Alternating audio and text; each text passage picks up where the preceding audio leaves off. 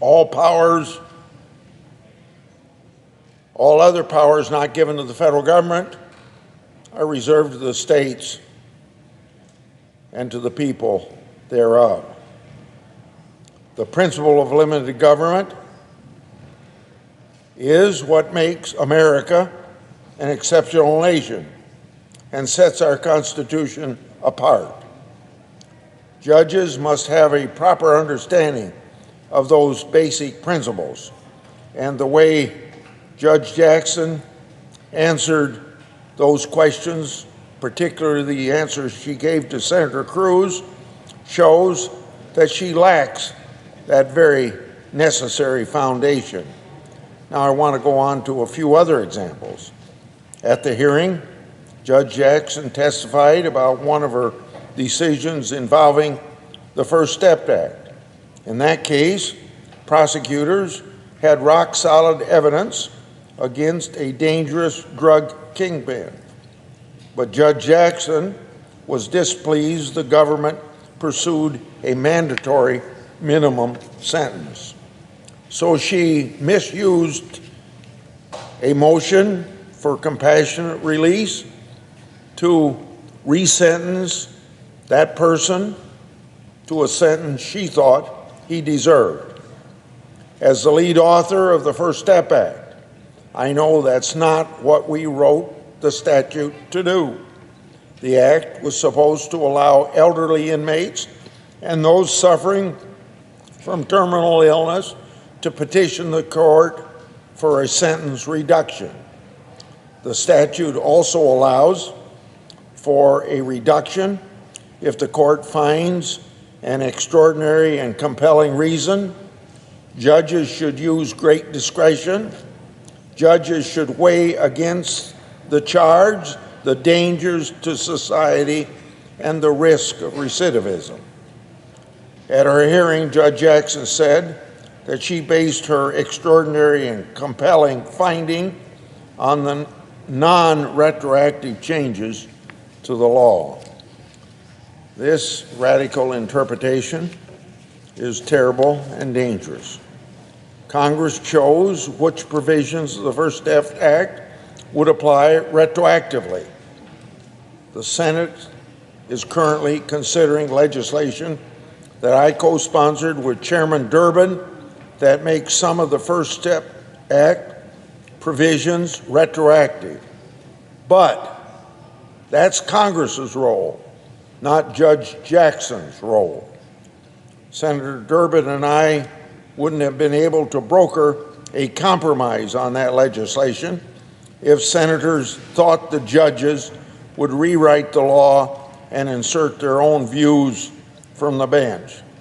Decisions like this will make bipartisan work, particularly on criminal justice reform, harder to do. That case by the name of Young is just one example of Judge Jackson's lenient approach to criminal law and sentencing. She also declined to apply a number of sentencing enhancements that Congress put into the sentencing guidelines. A case by the name of Make the Road New York versus McAleen is another case that shows how Judge Jackson used her methodology to reach a result that contradicts the plain text of the law. Congress gave the Secretary of Homeland Security, and these are the words from the law, sole and unreviewable discretion to decide whether illegal immigrants should be subject to expedited removal within 2 years. Judge Jackson reviewed the agency's decision anyway, and it seems clear why. She went out of her lane to comment on the policy as, in her words, a terrible proposal. And she claimed that the government attorney made an argument that reeks of bad faith. Reeks of bad faith are her words. In fact, her decision and her rhetoric are unfounded. So that's why her decision earned a strong rebuke from the panel of liberal and conservative judges when she was reversed by the D.C. Circuit.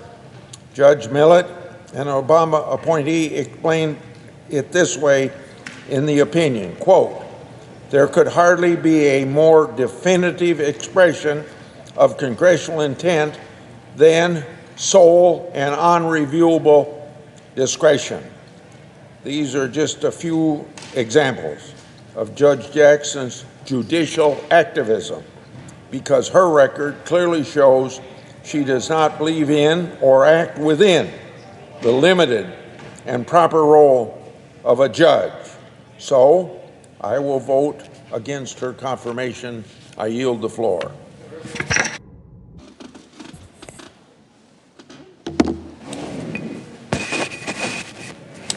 Mr. President. Senator from Illinois. Mr. President, this Capitol building has served as the backdrop for some of the most notable moments in America's history.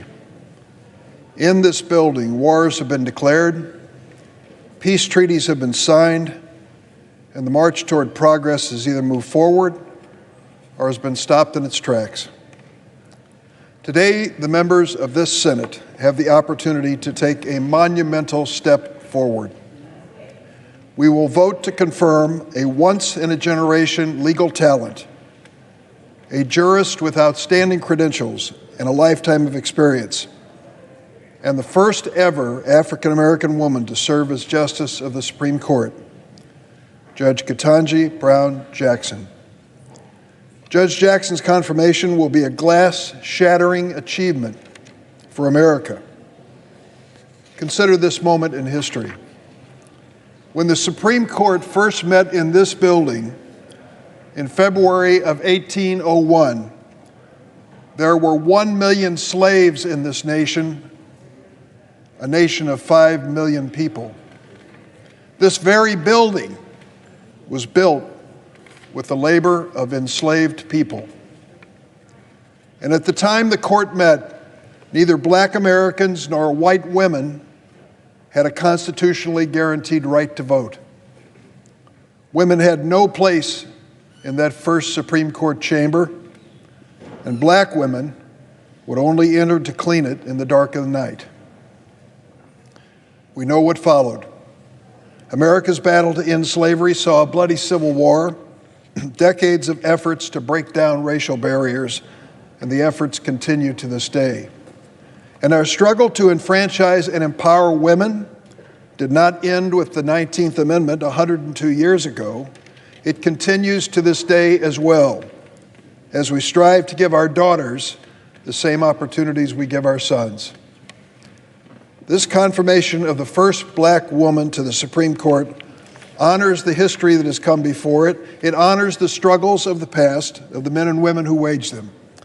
And this confirmation draws America one step closer, one step to healing our nation, one step closer to a more perfect union. Nearly a century after our founding, we guaranteed the rights of citizenship finally to every American, including for the first time those who were born into bondage with the ratification of the 14th Amendment. It took a long century later for us to expand the bounds of liberty again. We ensured the federal government could vigorously protect the right to vote, the most fundamental of rights, with the passage of the Voting Rights Act of 1967. One victory for progress begat the next. 2 years after the Voting Rights Act, we confirmed the first black American to ever serve on the Supreme Court, Justice Thurgood Marshall. But I'd like to remind you, that was 50 years ago. Now, with the passage of that time, we are beginning to write another chapter in our nation's quest for equal justice under the law. And that chapter begins with 3 letters, KBJ. With Judge Ketanji Brown Jackson's confirmation to the highest court in the land, we are not only making history, we are carrying on a great American tradition, elevating one of our nation's best and brightest legal minds to an honored position of service. There's no one more deserving of this high honor. As we've learned over the past month, she is the best of us. She has devoted her life to serving our country. She's done so at every level of the federal judiciary, and at every turn she's distinguished herself. When I hear the critics say she's soft on crime, I wonder how they explain that she was endorsed by the largest law enforcement agency and organization in America, the Fraternal Order of Police, as well as the International Chiefs of Police, as well as an army of federal prosecutors who have appeared in her courts. She's dedicated to protecting judicial independence, to advancing freedom and liberty, and deciding every case, as she says, from a neutral posture. That's exactly what you'll find in evaluating nearly 10 years of service on the bench. I hear senators come to the floor and say, well, there's one opinion I disagree with. For goodness sakes, she's issued almost 600 written opinions in 10 years on the bench in the district court.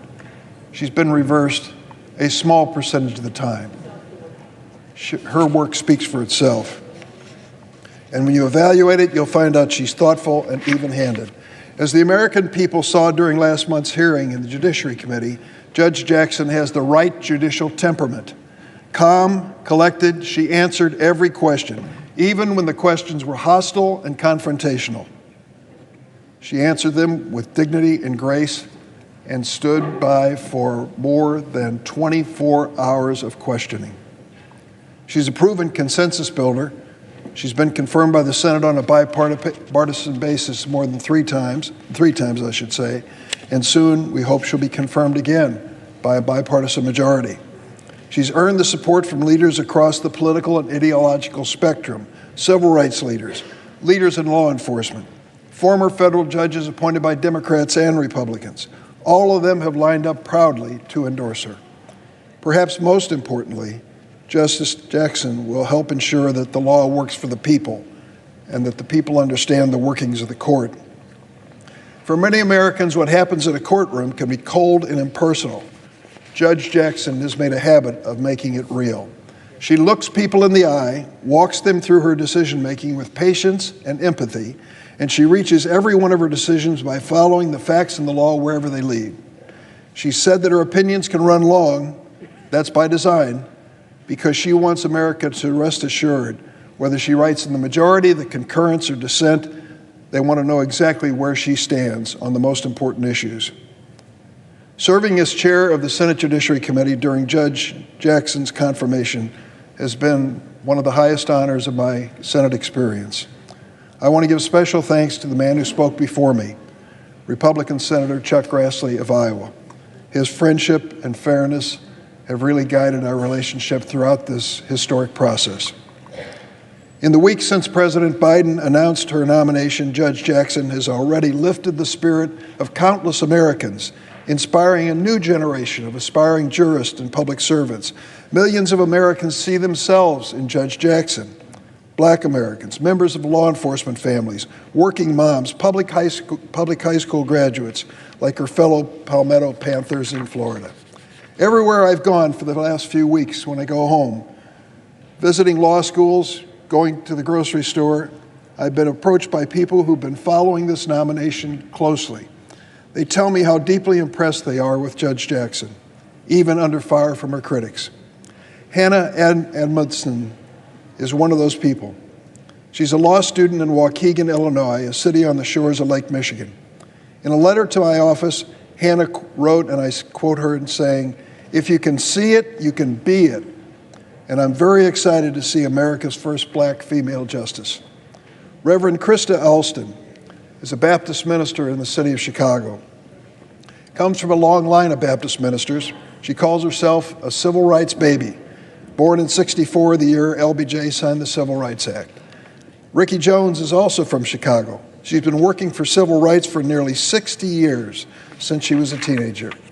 Well, late last month, Reverend Alston and Miss Jones, with 4 other people, drove 11 hours from Chicago to attend an hour of Judge Jackson's hearing. Reverend Alston said she was moved by the judge's courage, grace, integrity, and wisdom. She imagined what it will be like years from now to tell her future grandchildren what it was like to be in that room for that historic moment. And Ricky Jones said she never even expected to hear about a black woman being nominated to the Supreme Court, let alone to be in the room for her hearing. She said as she watched Judge Jackson, "It felt like the fulfillment of everything I've worked for my whole life." She thought of all the strong black women who came before her and helped make the movement possible.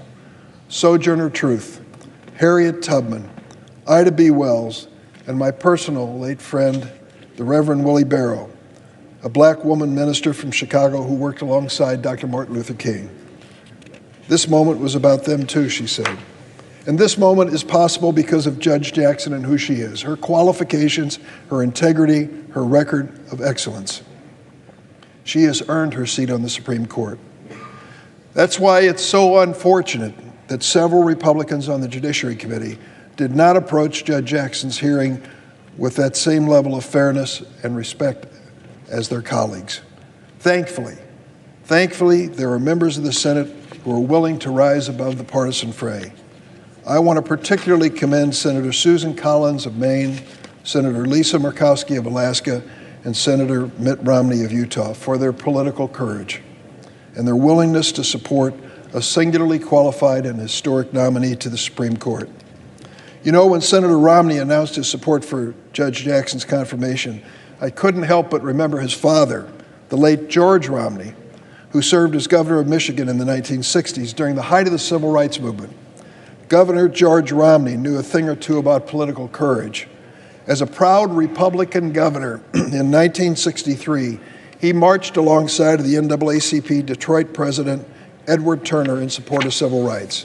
That same year, when Dr. Martin Luther King organized a march in Detroit, Governor George Romney declared the occasion Freedom Day in Michigan.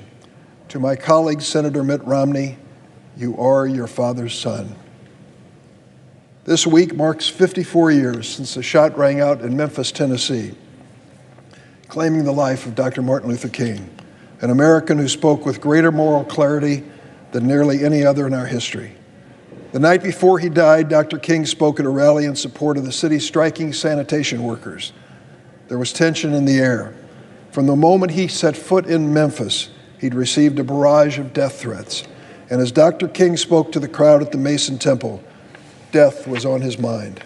He said, "Like anybody, I'd like to live a long life. Longevity has its place, but I'm not concerned about that now. I just want to do God's will, and He's allowed me to go up to the mountain." His next words proved prophetic. Dr. King said, "I've looked over, and I've seen the promised land. I may not get there with you, but I want you to know tonight that we as a people will get to the promised land." Ricky Jones said that she thought about Dr. King's prophecy when she realized the Judiciary Committee was voting on Judge Jackson's nomination on the anniversary of Dr. King's death. It felt like the prophecy had come to pass.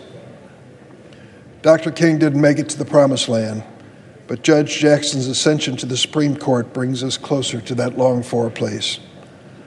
I'd like to close with one last personal plea to my Senate colleagues. I hope you'll think about this.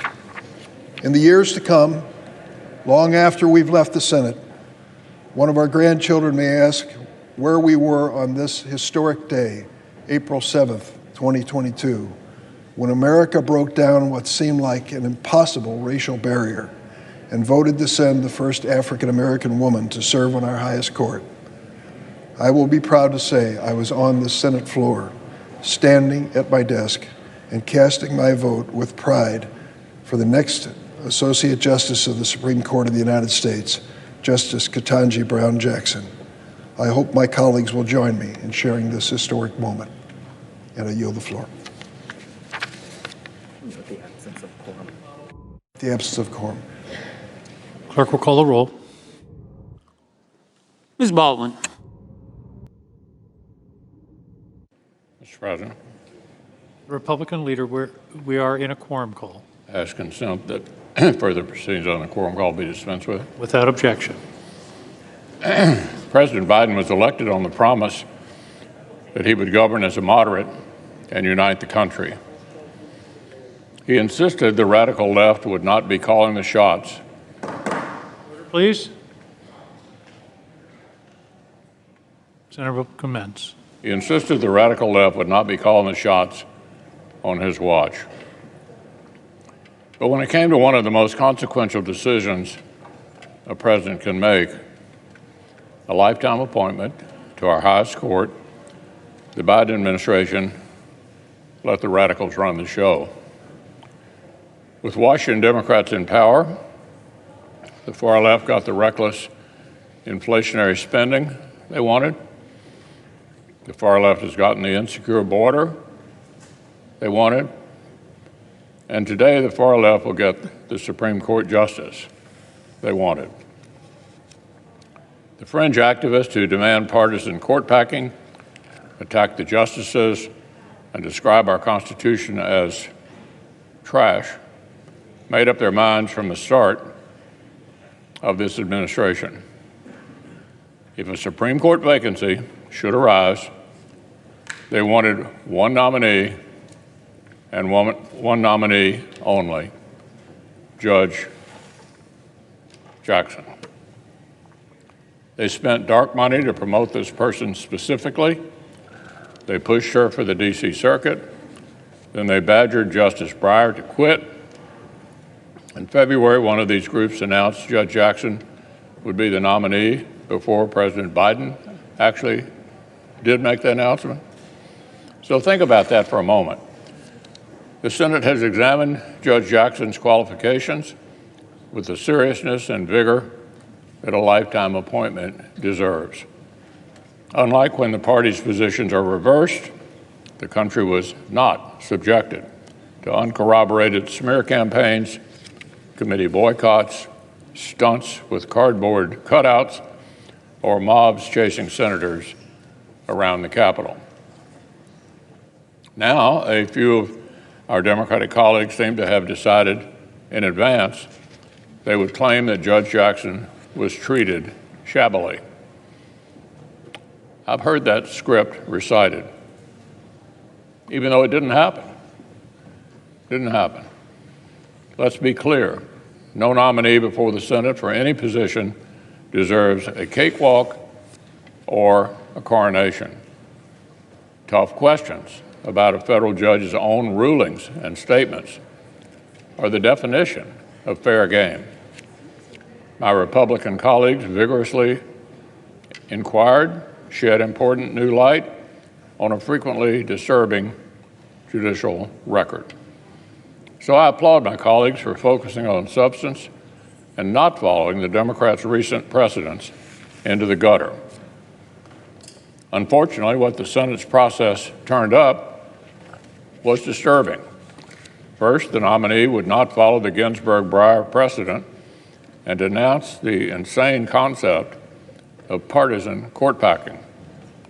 Second, her judicial record is full of cases where Judge Jackson ruled like a policymaker implementing personal biases instead of a judge following the text wherever it led.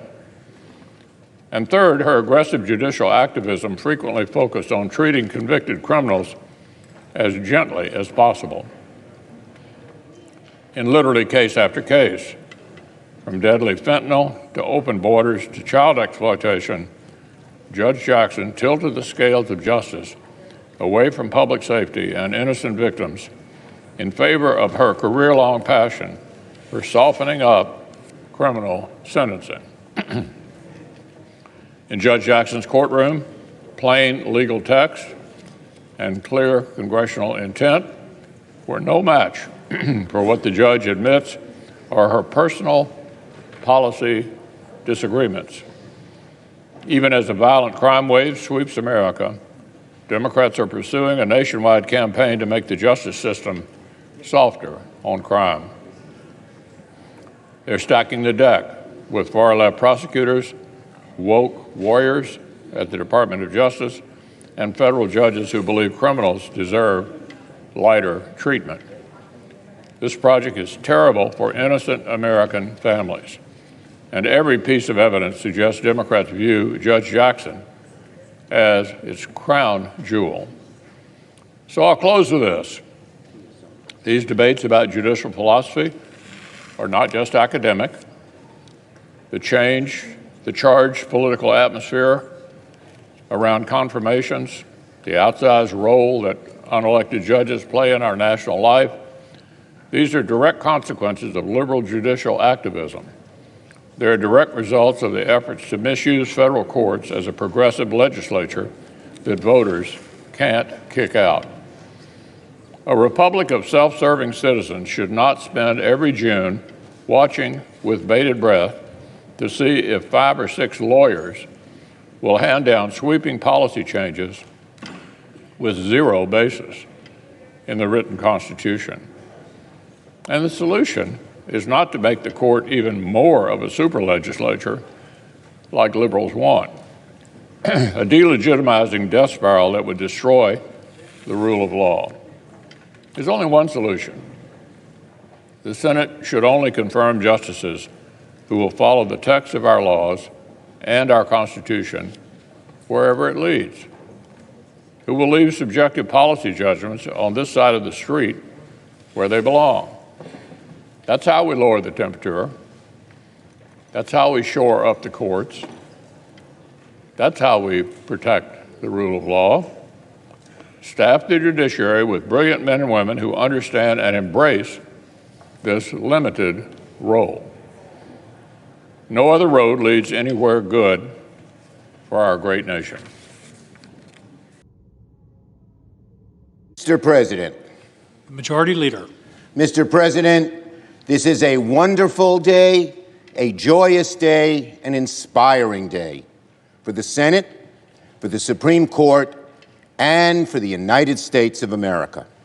Today, we are here to vote to confirm Ketanji Brown Jackson as the 116th Justice of the United States Supreme Court.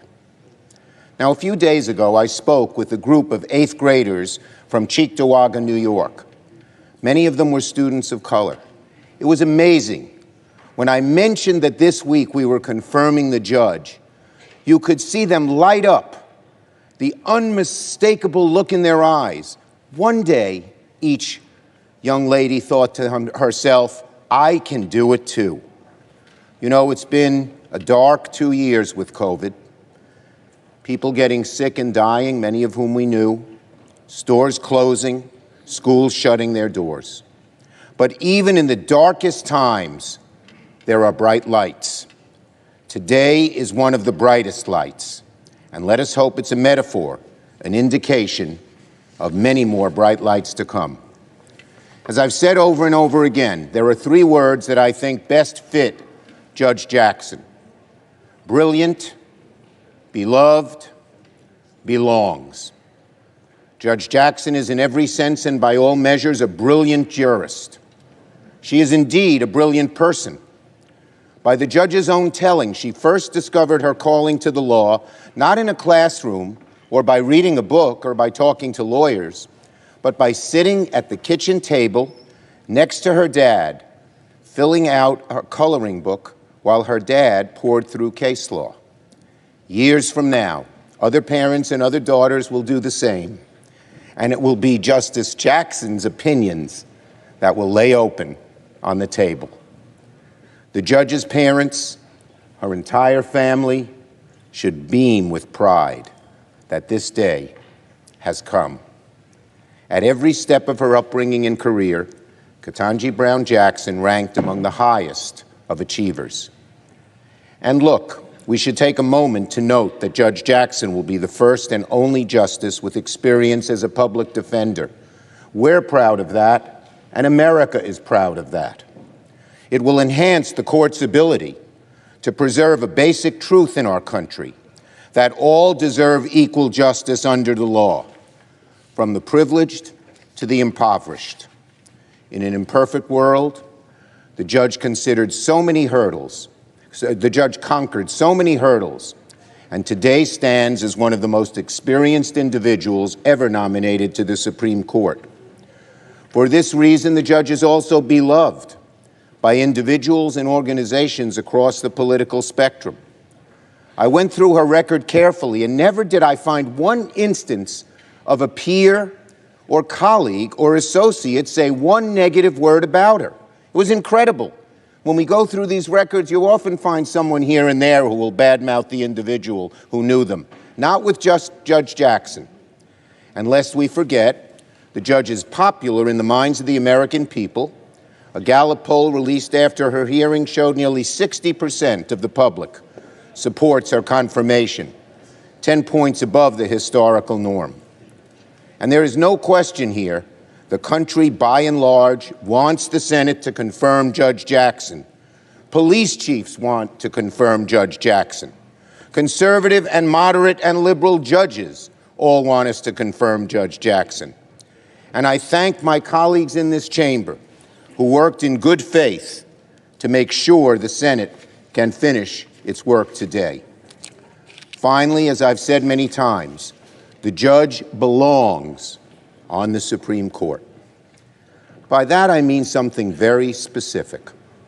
In our nation's history, 115 individuals have been confirmed by this body to serve on the Supreme Court of the United States. Of those, 108 have been white men. Only 4 have been women. Only 2 have been African American. But Ketanji Brown Jackson will be the first African American woman ever to hold the title of justice. Think about the impact that will have on our democracy. Untold millions of kids will open textbooks and see pictures of Justice Jackson among the highest ranks of our public figures. How many millions of kids in generations past could have benefited from such a role model? How many would-be justices, lawyers, doctors, generals, business people have been lost to history precisely because their history books had few, if any, role models that they could relate to? We certainly have a long way to go on the road to true justice, but by confirming Judge Jackson today, we are taking a bold step forward towards reaching the full realization of our country's promise. We will make it far more likely that girls across America will feel precisely what Judge Jackson felt herself when she was a kid. Nobody can stop me. I can do this too. I am brilliant too. I belong too.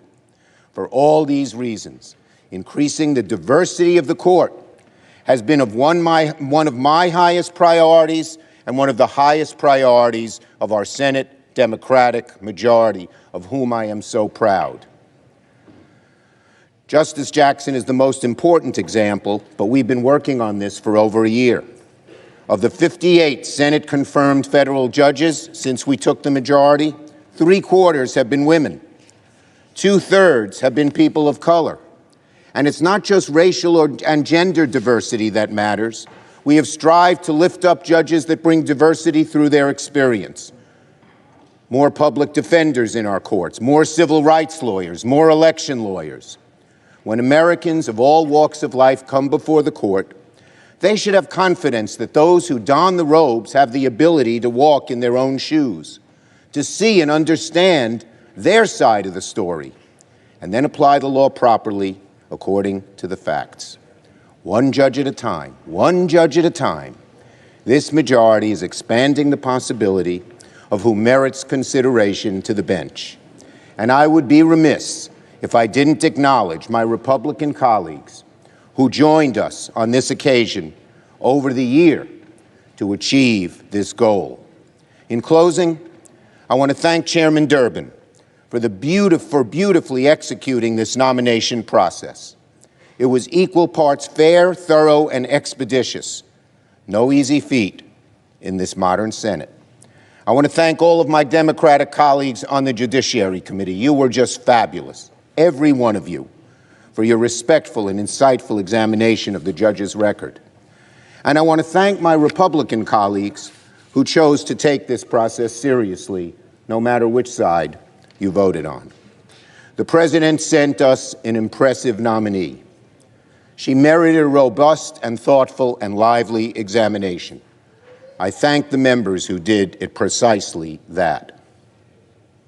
In short, Madam President, this is one of the great moments of American history. At the time of our Constitution's ratification, In most states, you had to be a white, male, Protestant landowner to be considered part of American society. So from the get-go, generations of Americans have sought to establish the United States as a full democracy. We fought a bloody civil war to end slavery. Women organized and reached for the ballot. The civil rights movement brought an end to the vicious segregation of the mid-20th century.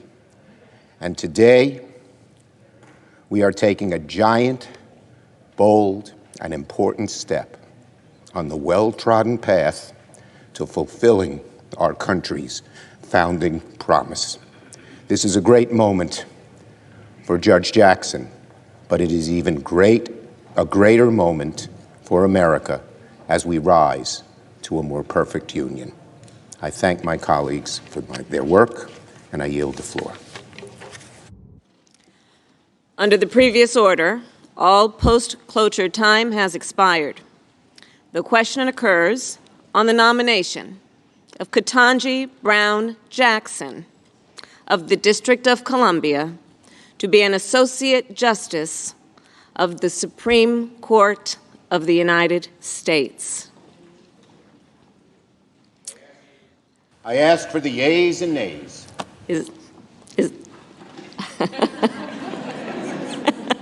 Is there a sufficient second? There is, and certainly appears to be, a sufficient second. The clerk will call the roll. Ms. Baldwin. Aye. Ms. Baldwin, aye. Mr. Barrasso. No. Mr. Barrasso, no. Mr. Bennett. Aye. Mr. Bennett, aye. Mrs. Blackburn. Mrs. Blackburn, no. Mr. Blumenthal. Aye. Mr. Blumenthal, aye. Mr. Blunt. No. Mr. Blunt, no. Mr. Booker. Yes. Mr. Booker, aye. Mr. Bozeman. No. Mr. Bozeman, no. Mr. Braun. Mr. Braun, no. Mr. Brown. Aye. Mr. Brown, aye. Mr. Burr. Mr. Burr, no. Ms. Cantwell. Aye. Ms. Cantwell, aye. Mrs. Capito. Mrs. Capito, no. Mr. Cardin. Aye. Mr. Cardin, aye. Mr. Carper. Aye. Mr. Carper, aye. Mr. Casey. Aye. Mr. Casey, aye. Mr. Cassidy. Mr. Cassidy, no. Ms. Collins. Aye. Ms. Collins, aye. Mr. Coons. Aye. Mr. Coons, aye. Mr. Cornyn. No. Mr. Cornyn, no. Ms. Cortez Masto. Aye. Ms. Cortez Masto, aye. Mr. Cotton. No. Mr. Cotton, no. Mr. Kramer. No. Mr. Kramer, no. Mr. Crapo. No. Mr. Crapo, no. Mr. Cruz. Mr. Cruz, no. Mr. Daines? No. Mr. Daines, no. Ms. Duckworth? Aye. Ms. Duckworth, aye. Mr. Durbin? Aye. Mr. Durbin, aye. Ms. Ernst? No. Ms. Ernst, no. Mrs. Feinstein? Aye. Mrs. Feinstein, aye. Mrs. Fisher? No. Mrs. Fisher, no. Mrs. Gillibrand? Aye. Mrs. Gillibrand, aye. Mr. Graham? Mr. Grassley?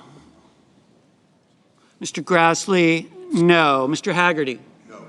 Mr. Haggerty, no. Ms. Hassan? Aye. Ms. Hassan, aye. Mr. Hawley? No. Mr. Hawley, no. Mr. Heinrich? Aye. Mr. Heinrich, aye. Mr. Hickenlooper? Aye. Mr. Hickenlooper, aye. Ms. Hirono? Ms. Hirono, aye. Mr. Hoven? No. Mr. Hoven, no. Mrs. Hyde-Smith? No. Mrs. Hyde-Smith, no. Mr. Inhofe? Mr. Inhofe, no. Mr. Johnson? No. Mr. Johnson, no. Mr. Kane? Aye. Mr. Kane, aye. Mr. Kelly? Aye. Mr. Kelly, aye. Mr. Kennedy? No. Mr. Kennedy, no. Mr. King? Aye. Mr. King, aye. Ms. Klobuchar? Aye. Ms. Klobuchar, aye. Mr. Langford. Mr. Langford, no. Mr. Leahy. Mr. Leahy, aye. Mr. Lee. Mr. Lee, no. Mr. Lujan. Mr. Lujan, aye. Ms. Lummis. Ms. Lummis, no. Mr. Manchin. Mr. Manchin, aye. Mr. Markey. Mr. Markey, aye. Mr. Marshall. Mr. Marshall, no. Mr. McConnell. Mr. McConnell, no. Mr. Menendez. Mr. Menendez, aye. Mr. Merkley. Mr. Merkley, aye. Mr. Moran. Mr. Moran voted in the negative. Ms. Murkowski. Ms. Murkowski, aye. Mr. Murphy. Mr. Murphy, aye. Mrs. Murray. Mrs. Murray, aye. Mr. Ossoff. Mr. Ossoff, aye. Mr. Padilla. Aye. Mr. Padilla, aye. Mr. Paul. Mr. Peters. Aye. Mr. Peters, aye. Mr. Portman. Mr. Portman, no. Mr. Reed. Mr. Reed, aye. Mr. Risch. Mr. Risch, no. Mr. Romney. Mr. Romney, aye. Ms. Rosen. Ms. Rosen, aye. Mr. Rounds. Mr. Rounds, no. Mr. Rubio. Mr. Rubio, no. Mr. Sanders. Mr. Sanders, aye. Mr. Sass. Mr. Sass, no. Mr. Schatz. Mr. Schatz, aye. Mr. Schumer. Mr. Schumer, aye. Mr. Scott of Florida. Mr. Scott of Florida, no. Mr. Scott of South Carolina. Mr. Scott of South Carolina, no. Mrs. Shaheen. Mrs. Shaheen, aye. Mr. Shelby. Mr. Shelby, no. Ms. Sinema. Ms. Sinema, aye. Ms. Smith. Ms. Smith, aye. Ms. Stabenow. Ms. Stabenow, aye. Mr. Sullivan. Mr. Sullivan, no. Mr. Tester. Mr. Tester, aye. Mr. Thune. Mr. Thune, no. Mr. Tillis. Mr. Tillis, no. Mr. Toomey. Mr. Toomey, no. Mr. Tuberville. Mr. Tuberville, no. Mr. Van Hollen. Mr. Van Hollen, aye. Mr. Warner. Mr. Warner, aye. Mr. Warnock. Mr. Warnock, aye. Ms. Warren. Ms. Warren, aye. Mr. Whitehouse. Mr. Whitehouse, aye. Mr. Wicker. Mr. Wicker, no. Mr. Wyden. Mr. Wyden, aye. Mr. Young. Mr. Young, no. Mr. Graham. Mr. Graham, no.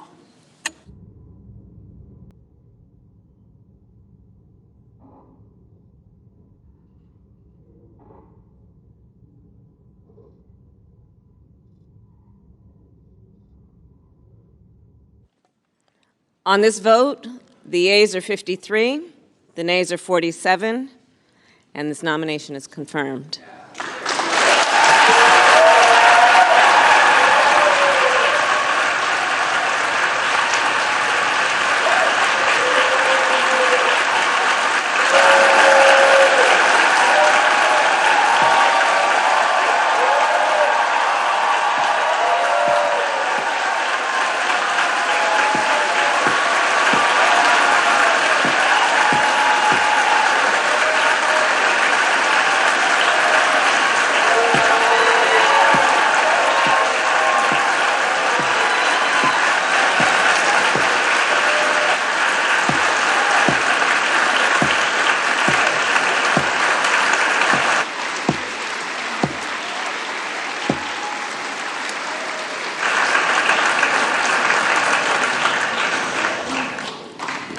Under the previous order, the motion to reconsider is considered made and laid upon the table, and the President will immediately be notified of the Senate's action. Madam President, very happily, I note the absence of a quorum.